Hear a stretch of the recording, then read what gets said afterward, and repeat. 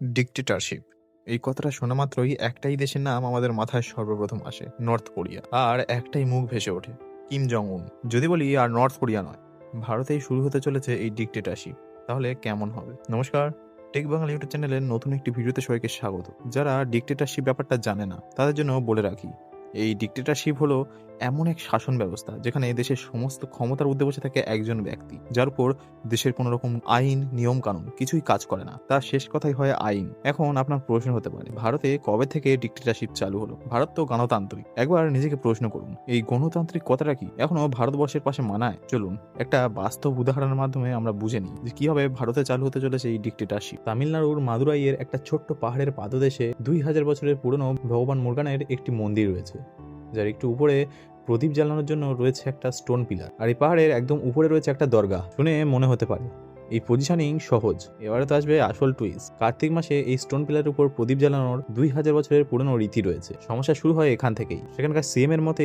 যদি সেখানে প্রদীপ জ্বালানো হয় তাহলে সমস্যা হতে পারে, কারণ সেখানে দরগা রয়েছে। এরপর ব্যাপারটা হাইকোর্টে পৌঁছয় এবং হাইকোর্টের জজ স্বামীনাথন রায় দেন প্রদীপ জ্বালানো হিন্দু ধর্মের অধিকার, আর এটা অনেক পুরনো একটা নীতি। কিন্তু সেখানকার সিএম কোর্টের অর্ডার না মেনে এই এলাকায় 144 ধারা জারি করে এবং সমস্ত ক্রিয়াকলাপ বন্ধ রাখেন। এছাড়াও প্রায় 100টি এমপি জাস্টিস স্বামীনাথনের বিরুদ্ধে লোকসভাতে কমপ্লেন জানান। এবার ভালোভাবে শুনুন, প্রায় 100 কোটি হিন্দু পপুলেশন, 2000 সাল পুরনো ঐতিহ্য, আর এই হাইকোর্টের জাজের অর্ডার, এত কিছুর পরেও তারা একটা প্রদীপ পর্যন্ত আমাদেরকে জ্বালাতে দেয়নি। আর আপনার আর আমার মতন এই জন্মগত গরিবের আর কি হবে, যেখানে এই হাইকোর্টের জাজেরাই সুরক্ষিত নয়?